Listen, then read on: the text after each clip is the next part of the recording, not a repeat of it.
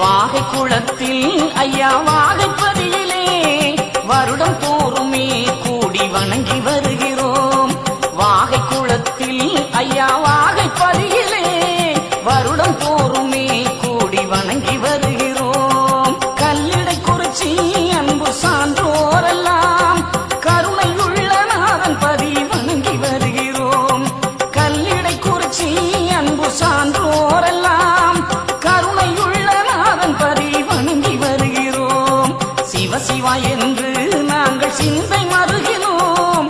அரகர பாடி நாங்கள் ஆடி வருகிறோம். பாதயாத்திரை நாங்கள் பணிந்து வருகிறோம். பாதுகாக்கணும் ஐயா வைகுண்டநாதா.